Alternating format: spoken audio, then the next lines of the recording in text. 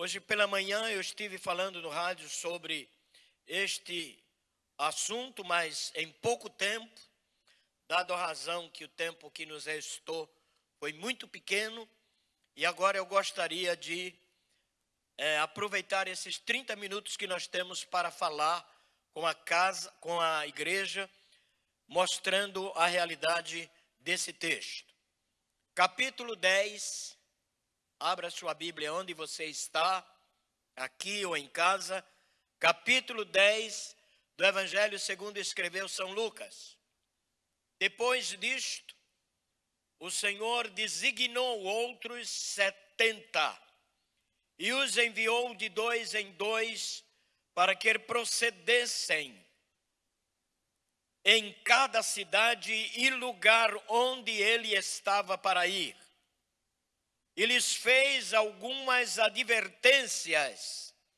A seara é grande, mas os trabalhadores são poucos. Rogai, pois, ao Senhor da seara que mande trabalhadores para a sua seara.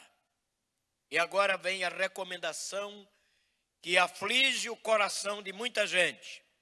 Ide, eis que eu vos envio como cordeiros para o meio de lobos. Não leveis bolsa, nem alforje, nem sandálias, e a ninguém saudeis pelo caminho.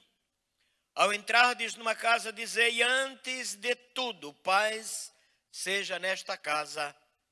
Amém. Amém. Meus irmãos amados,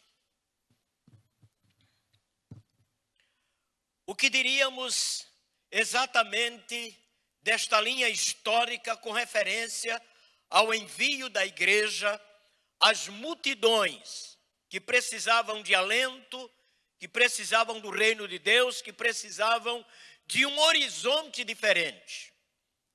O mundo, depois exatamente da cessação das linhas proféticas, que duraram exatamente 400 anos, estava vivendo num caos.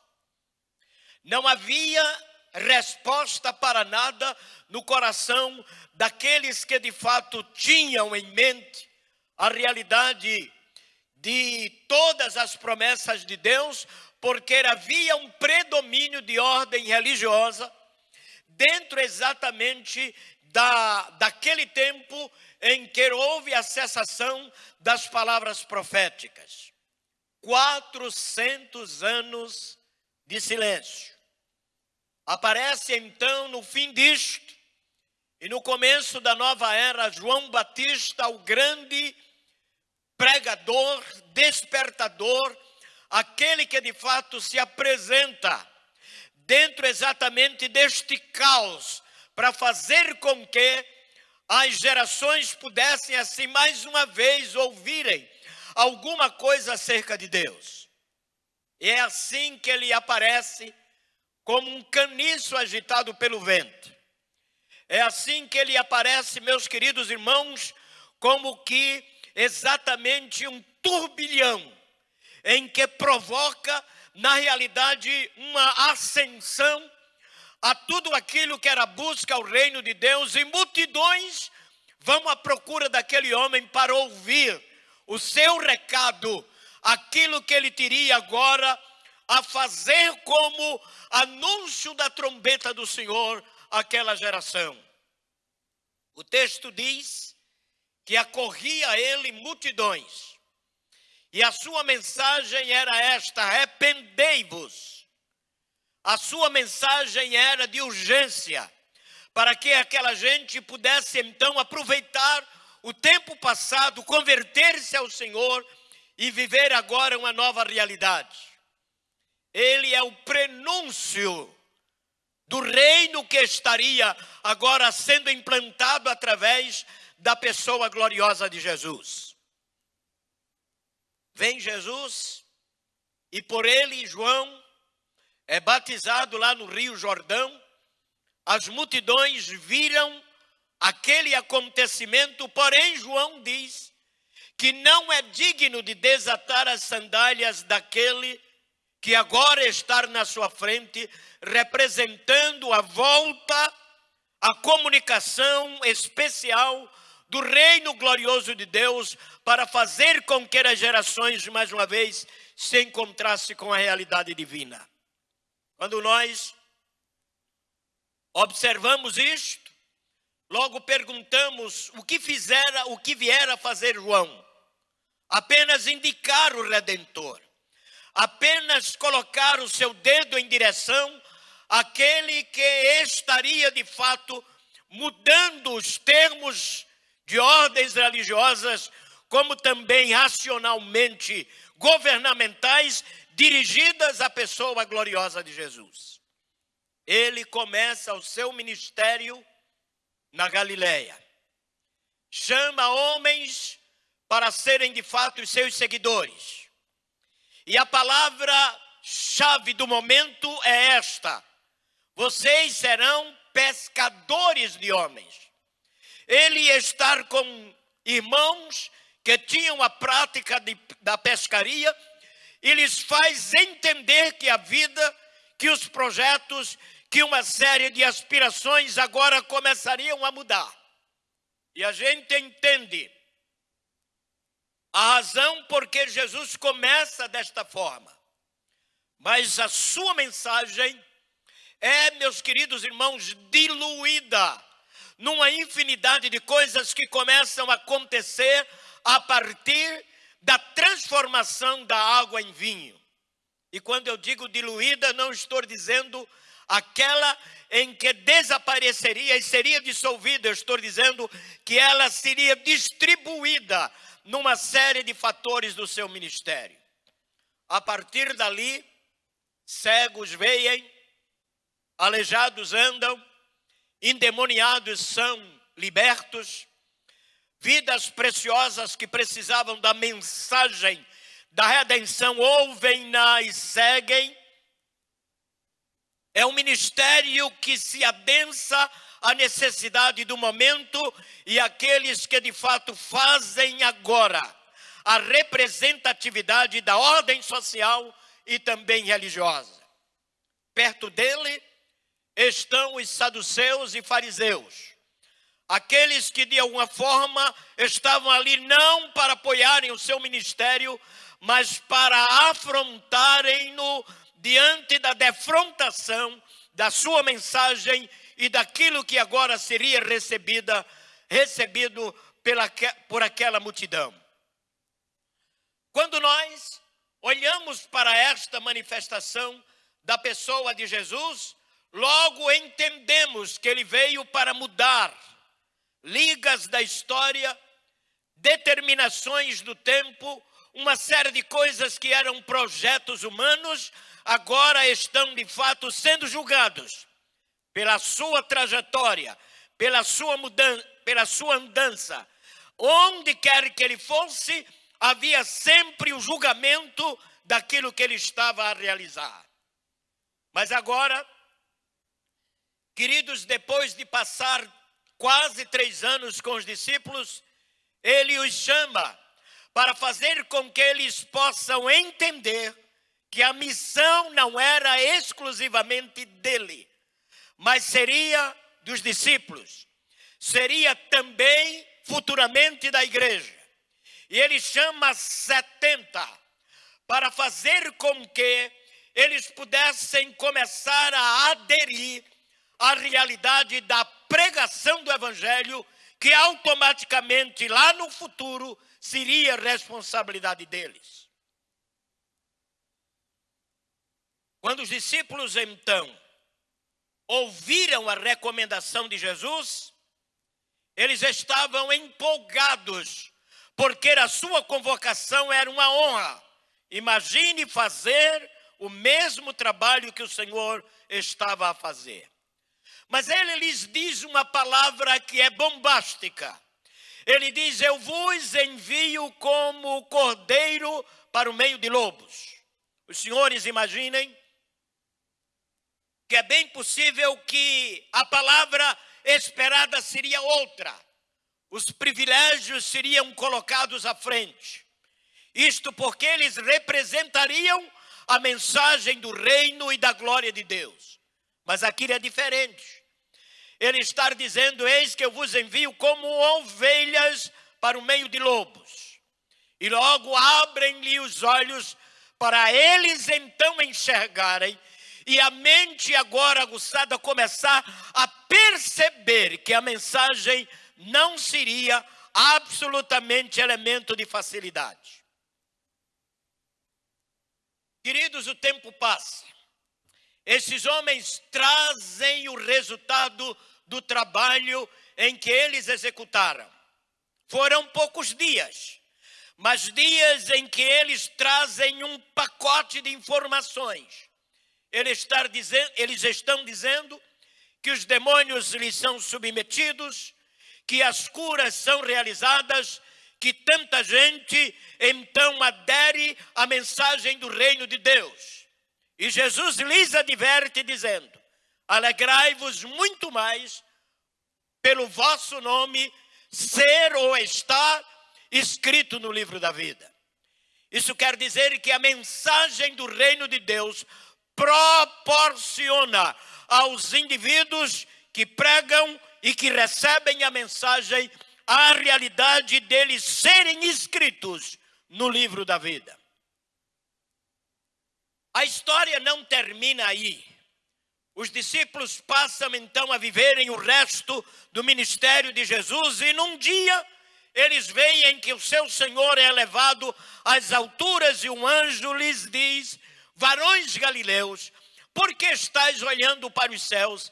Esse Jesus que dentre vós foi assunto acima nos céus, da mesma forma ele há de voltar. A igreja agora estaria agarrando, vivenciando, imputando sobre si a sagrada missão da pregação do Evangelho do Reino de Deus.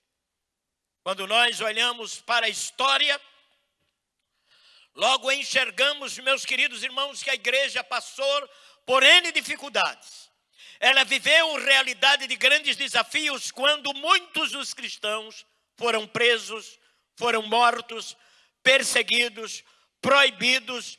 Viveram de fato uma avalanche tremenda, onde todos os poderes de Roma incidiram-se sobre a igreja, juntando-se à doutrina dos saduceus e fariseus, e ela viveu uma pressão imensa, levando a igreja a se dispersar. A dispersão não tornou a igreja um elemento de fraqueza, mas simplesmente dentro da providência de Deus, a igreja passou a se fortalecer. Grupos gloriosamente foram levantados. A glória de Deus foi exatamente elemento em que começou a trabalhar dentro de grupos que começaram a surgir em todas as regiões da Europa. Entre tantos, nós podemos lembrar os moravianos, grupo de senhores e senhoras que levaram milhares e milhares de pessoas ao reino de Deus, trazendo assim a história e a própria igreja fortalecimento da sua atitude e do seu compromisso de evangelizar o mundo. Dentro dessa história, lá para frente, nós encontramos uma família abençoadora, a família Wesley. Samuel e Susana, pai e mãe, produziram 19 filhos. Destes 19 filhos, a maioria deles se tornou de fato elementos em que a glória de Deus se manifestou durante grande tempo, e ainda mais eles passaram esta herança para séculos e séculos, e ainda hoje, queridos, nós estamos herdando aquilo que abençoadoramente aquela família trouxe para todas as gerações. Wesley foi um grande estudante durante 6 anos em Jalterverne. Este rapaz, meus queridos irmãos, tinha um poder extraordinário. Isto é, inteligência extraordinária. Era um rapaz que falava facilmente em latim, grego, hebraico e francês, e procura colocar a sua cultura à disposição do reino de Deus, mesmo sem ainda ser convertido. Vale a pena dizer que mesmo ainda não sendo convertido, John Wesley já entendia a realidade preciosa do reino de Deus na vida dos homens. Seu maior objetivo nunca foi mostrar a ninguém a sua intelectualidade, mas o seu grande objetivo era levar vidas ao reino de Deus, pois havia uma fome tremenda pelas coisas espirituais dentro do seu coração. Sabe-se que todas as manhãs e noites, aquele rapaz gastava menos sem ser crente, mesmo sem ser ainda um crente confesso, gastava horas de oração, buscando a presença de Deus e querendo respostas para as suas indagações interiores. Seu irmão Carlos fazia parte, meus amados irmãos, deste grupo que agora reúne mais alguns jovens, e este jovem aqui, Carlos, foi um dos grandes compositores que Deus levantou para juntar a John Wesley e fazer um grupo de intercessão e oferecer à geração do seu tempo preciosas coisas, canções maravilhosas que ainda hoje o mundo todo canta. Jorge, meus queridos irmãos, Whitefield também estar nesse grupo, que é exatamente um dos grandes pregadores do Evangelho, onde ele comovia multidões, e lá estava Carlos, George Whitefield e também John Wesley, dentro deste grupo que fortalecia aqueles que olhavam para o reino de Deus como um desejo extraordinário. Mas, meus irmãos amados, quando nós olhamos para essa história, nós precisamos entender um pouco mais acerca da vida de John Wesley. Ele passou nada mais, nada menos que 2 anos na Geórgia pregando a tribos, aqueles que de fato precisavam de uma palavra de orientação. E quando eu digo tribo, eu estou falando dos silvícolas, em que era de fato um povo que precisava de uma comunicação maior acerca do reino de Deus. Sua ausência da família, durante, meus queridos irmãos, 2 anos e 4 meses, fez com que tanta gente começasse a pensar no reino de Deus diferentemente. Quando voltou para a Inglaterra, depois de sua real conversão, começou uma vida de oração, e esta produziu no seu coração lampejos gloriosos da manifestação de Deus. Cerca de 3 horas de manhã, ele na verdade orava a Deus, buscando ao Senhor. Fazendo assim, ele repetia esse mesmo costume durante a noite. Imagine o fogo que existia no coração deste rapaz. A sua confissão acerca de Deus aconteceu quando ele assistia a um funeral e alguém falava do destino daquela pessoa que estava indo para o céu. E ele entendeu que a partir dali precisava ter a real certeza de salvação na pessoa de Jesus. A partir deste momento, o Espírito Santo, meus queridos irmãos, trouxe ao coração daquele moço uma revolução tremenda. E a história diz que multidões de perdidos tornavam-se em novas criaturas com as mensagens que Wesley pregava. Isto quer dizer, ele tinha fome de Deus antes de ser convertido, a exemplo de Nicodemos e tantos outros, mas quando convertido, o Espírito Santo entrou profundamente no seu coração e se tornou um dos homens mais revolucionários da história. Hoje a igreja está assentada aqui, Muitos dos nossos irmãos estão em casa, querendo ter um pouco de liberdade, querendo que a pandemia passe para vir assistir os cultos. E quem sabe Deus vai despertar tantos que durante alguns cultos não vinham à igreja e não sentiam nenhuma necessidade dela. Hoje, Deus está, meus queridos irmãos, nos dizendo que a fome pela palavra gloriosa do reino precioso de Deus é, na realidade, elemento indispensável. Quando nós olhamos para isto, perguntamos o que de fato este homem teria feito tanto para que a história pudesse então cravar o seu nome na lembrança destes séculos em que estão vindo e chegou até nós. E a gente lembra de algumas coisas que este homem fazia.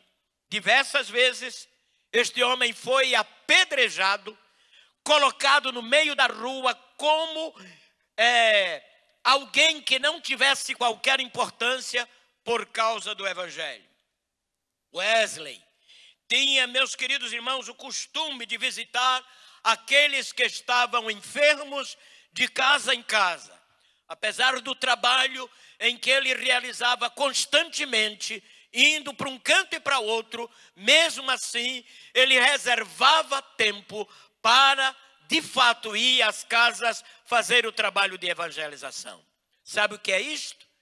Missão profunda no coração de alguém que olha para o reino de Deus como elemento não secundário, mas como elemento de grande necessidade.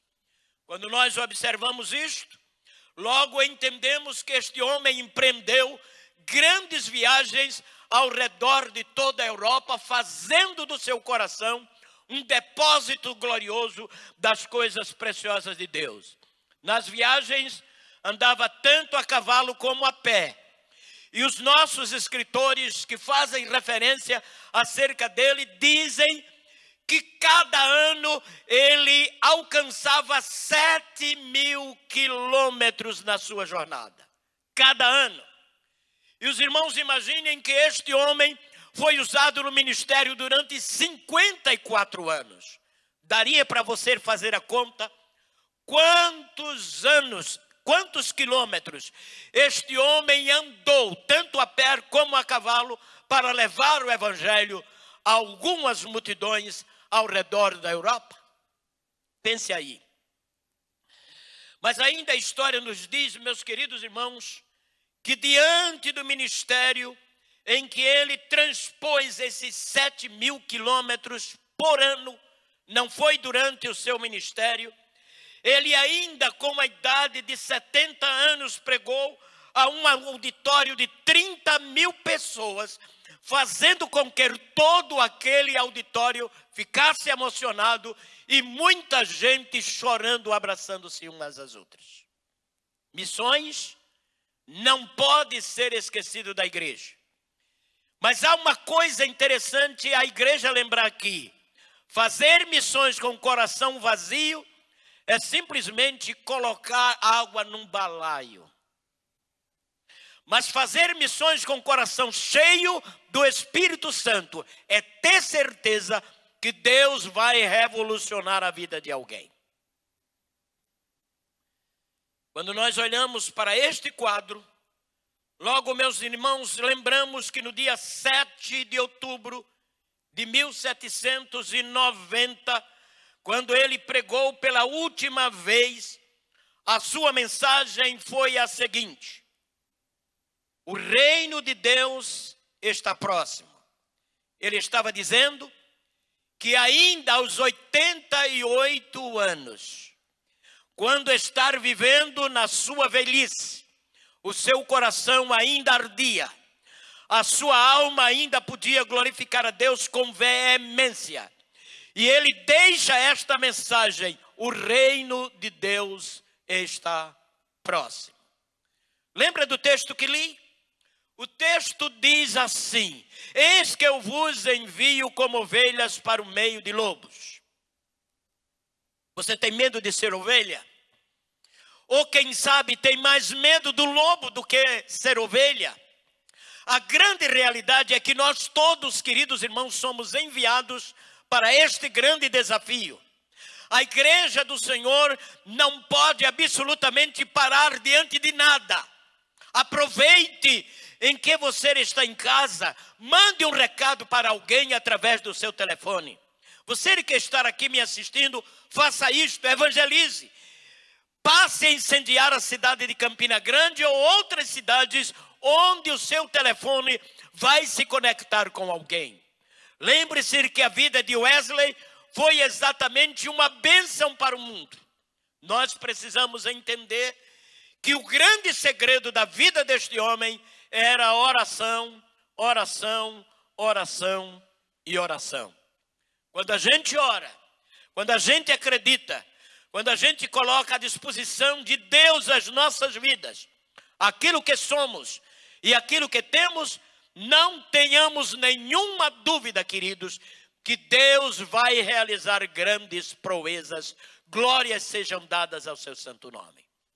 A grande realidade é que quando nós olhamos para o nosso quadro atual, missões internacionais são organizadas, missões denominacionais são organizadas, projetos de grupos voluntários e projetos missionários eclesiásticos são levantados. Precisamos dar apoio a isto, porque alguns dos nossos missionários estão solitários vivendo nos seus campos e muitos deles não sabem o que vão receber de ofertas para ajudarem a família a sobreviver. Nós, os cristãos, precisamos olhar para este quadro com urgência, lembrando que alguém saiu do nosso seio para fazer um trabalho missionário em algum lugar. Por exemplo, a Igreja Congregacional de Pombal tem um casal de missionários no Amazonas. Eles já estiveram aqui na nossa igreja. Hoje temos a notícia que aquele casal está contaminado com o vírus. E o que é que na realidade a igreja vai fazer? No mínimo, a igreja precisa interceder. Segundo, a igreja precisa contribuir para que aqueles irmãos que vivem lá dentro do Amazonas, vivendo a precariedade de estarem dentro de um barco, indo de cidade em cidade, em distâncias imensas, com um filho pequeno, imaginemos que o nosso dever, no mínimo, é interceder e manter aqueles amados irmãos. Eu termino dizendo, a igreja que missões sempre foi e será as janelas por onde sopram os ventos do Espírito Santo, provocando grandes avivamentos. E meus queridos irmãos, eu não creio que estou errado. Eu acredito que ainda o Espírito de Deus vai soprar sobre a igreja para provocar um grande avivamento, porque a volta de Jesus está chegando e a igreja não vai para o céu apática. A igreja vai para o céu levantando a bandeira da vitória. A igreja vai para o céu reconhecendo e vivendo o ministério de Jesus. A igreja vai para o céu triunfalmente. Dizemos: Senhor, nós não tivemos medo de ser ovelhas e sermos lançados no meio de lobos, porque nós acreditamos que a tua preciosa mão era sobre nós. Que Deus nos abençoe.